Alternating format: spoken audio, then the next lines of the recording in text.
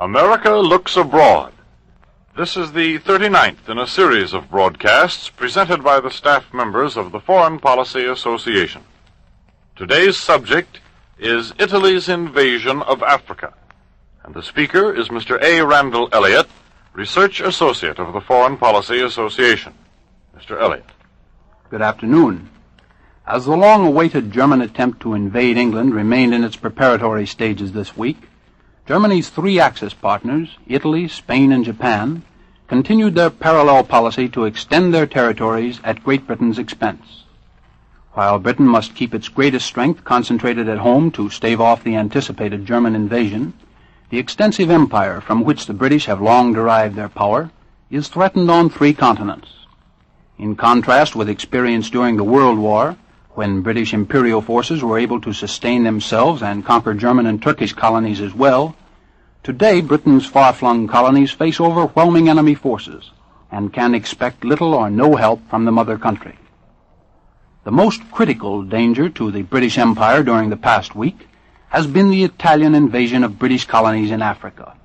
Immediately after Italy's entry into the war 2 months ago, troops from Italian Somaliland and southern Ethiopia occupied the northeast corner of Britain's Kenya colony, while on July 5th, other Italian forces from Eritrea and northern Ethiopia attacked and took Kassala, eastern gateway for the rich cotton plantations of the Anglo-Egyptian Sudan. Outside of these two minor offensives, however, Italy's war on Britain until last Sunday was limited to border skirmishes and guerrilla warfare. There was little indication of the extent to which Italy would assume responsibility for carrying out Axis war plans. These plans were determined in Berlin last month when Italian Foreign Minister Ciano visited Chancellor Hitler. According to Virginio Gaida, semi-official spokesman of the fascist government, the two Axis leaders decided to enforce a rigid blockade of the British Isles, cut off all trade lines of the British Empire, and defeat Britain at home in its colonies and on the sea. Germany had already achieved marked success against British and French forces, and it was clear that if Italy was to profit from its tie-up with the Reich, the Italian army must also bear its share of the battle. The Italian navy could be of great military value to the Axis provided it could gain access to the open sea. But so long as Britain retains control over the two entrances to the Mediterranean, at Gibraltar and Suez, Italy's fleet must remain bottled up in home waters. The immediate task before Italy, therefore, as Signor Gaida explained, was to weaken Britain by striking first at Egypt from the Italian colony of Libya, and then at the Anglo-Egyptian Sudan, Kenya, and British Somaliland from Eritrea, Ethiopia, and Italian Somaliland in Italian East Africa. When Italy declared war on Britain on June 10th, Premier Mussolini named Egypt as one of the 5 small countries which he would not drag into war as long as it maintained strict neutrality. Egypt was a virtual British protectorate from 1881 until after the World War, and in 1922, when the country became independent, Britain retained responsibility for Egyptian defense.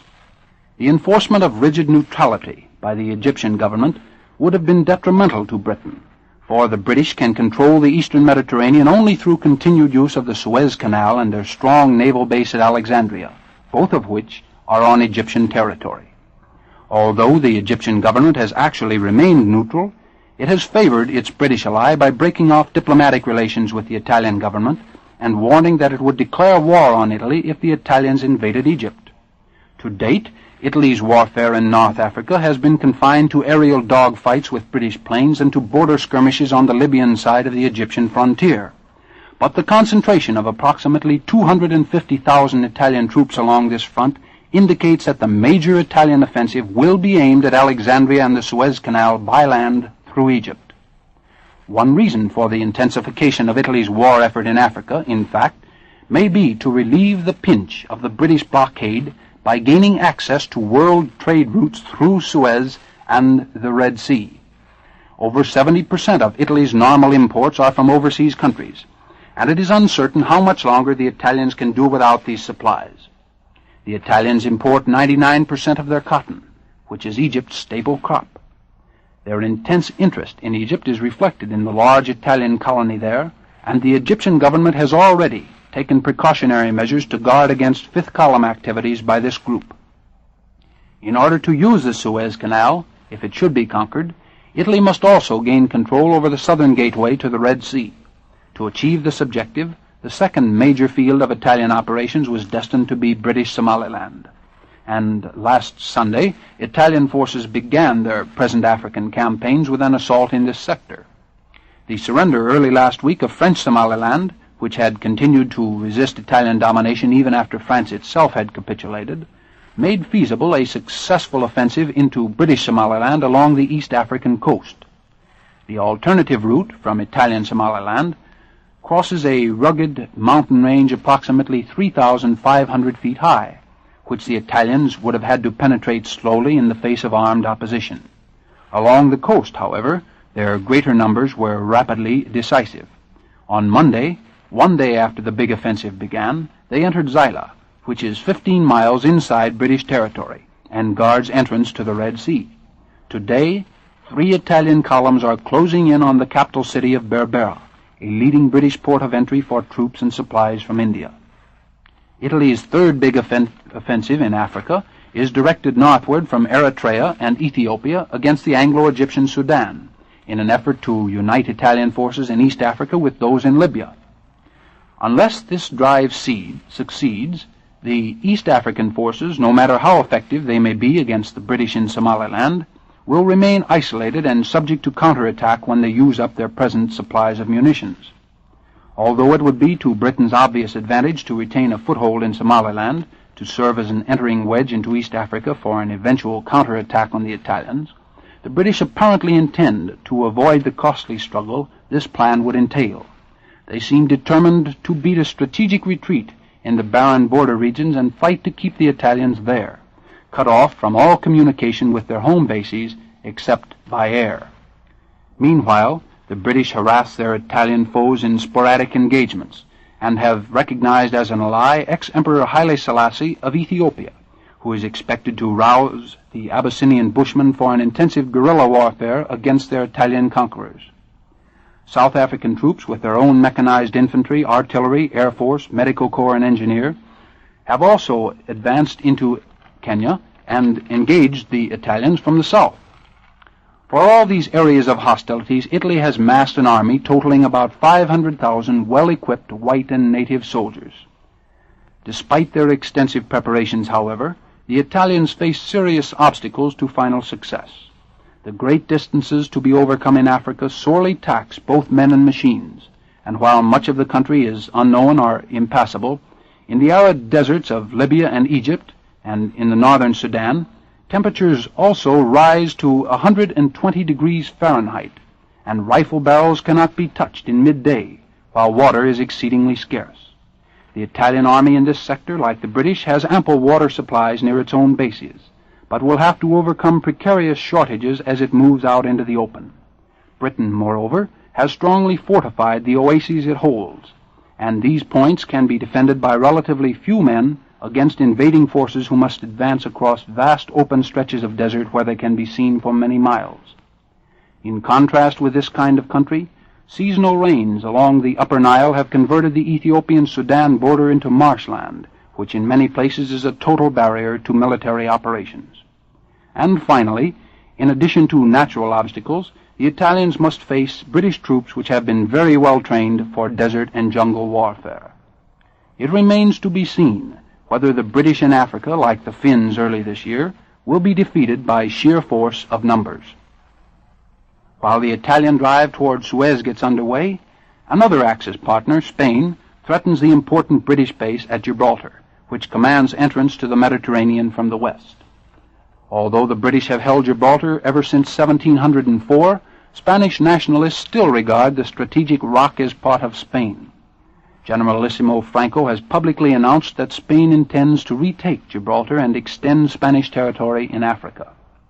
For over 3 months, Spanish students have put on periodical demonstrations demanding that Gibraltar be returned to Spain. Only 2 days ago, a leading Spanish newspaper printed a detailed map of Gibraltar with its fortifications, and pointedly indicated the Spanish heavy gun emplacements at Algeciras and Ceuta, only 5 and 12 miles from the rock. A caption for the map typically referred to Gibraltar as Spain's ancient possession. When Italy entered the war, Spain gave up its neutrality for non-belligerency favorable to its Axis friends. And on Wednesday of this week, the government-controlled Spanish press announced that Spain has now adopted a position of moral belligerency, thus reinterpreting its legal status as one of positive support for Germany and Italy. The Reich now holds a common border with Spain, and if Spain enters the war, German troops could send immediate assistance to the Spanish. Although the impregnable fortress at Gibraltar could repel direct attack, it could not get needed supplies or reinforcement from the outside if enemies held the coasts of Spain, and eventually it would have to submit to siege. The Spanish, still exhausted from their recent civil war, have hoped to avoid involvement in the present conflict, but they seem to be drawn ever closer to war by their desire for colonial spoils. The promise of colonial rewards by Germany and Italy, which they already regard as victorious powers, might readily attract them into hostilities. Rome and Berlin, in turn, would doubtless be willing to pay a high price for control over Gibraltar, which would enable the Italian fleet to enter the Atlantic and provide Germany with some of the sea power needed to invade the British Isles. Hard-pressed in Africa and Europe, the British Empire is also challenged in the Far East. When France surrendered in June and Britain was left to face the Axis alone, the Japanese War Minister announced that the international situation was developing favorably for Japan's national policy. "We should not miss the present opportunity," he told the Army General Staff, "or we will be blamed by posterity." During the past half-century of its imperial expansion, Japan has shown an almost psychic ability to select the exact moment when its power politics could best succeed. And this is the moment it has chosen to press Britain. Last month, Japan demanded that Britain prevent military supplies from being sent to China both by way of Hong Kong and over the Burma Road, and the British government submitted. On Thursday of this week, the ominous trend of Japanese foreign policy was further seen when 126 members of the Japanese House of Representatives presented the government with a resolution advocating strong measures to entirely wipe out British influence in East Asia. And on Friday, Britain announced the withdrawal of its troops from Shanghai and North China.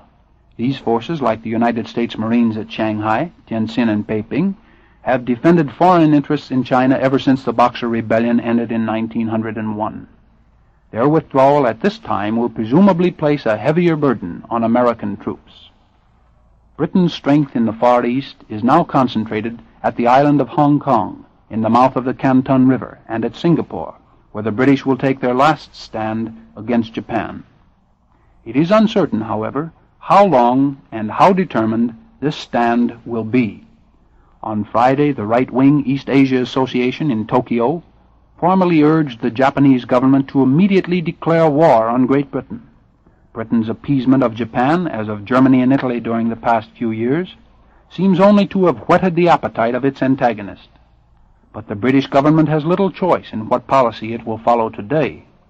Britain is already involved in 2 wars when one was bad enough, and hopes to avoid all risk of military involvement in the Orient. Meanwhile, on 3 vital fronts, fascist powers are collaborating to undermine the British Empire. Ladies and gentlemen, you've been listening to Mr. A. Randall Elliott, Research Associate of the Foreign Policy Association. If you would like a free copy of this talk, send your request to the Foreign Policy Association at number 8 West 40th Street, New York City. That address again, the Foreign Policy Association, number 8 West 40th Street, New York City, for a free copy of Mr. Elliott's talk. The Foreign Policy Association is a nonpartisan organization open to all who are interested in American foreign policy. It offers accurate information on current world events, and in the world of today, foreign affairs are your affairs. We invite you to tune in next Sunday to hear another speaker in the series, America Looks Abroad. This is the National Broadcasting Company, RCA Building, Radio City, New York.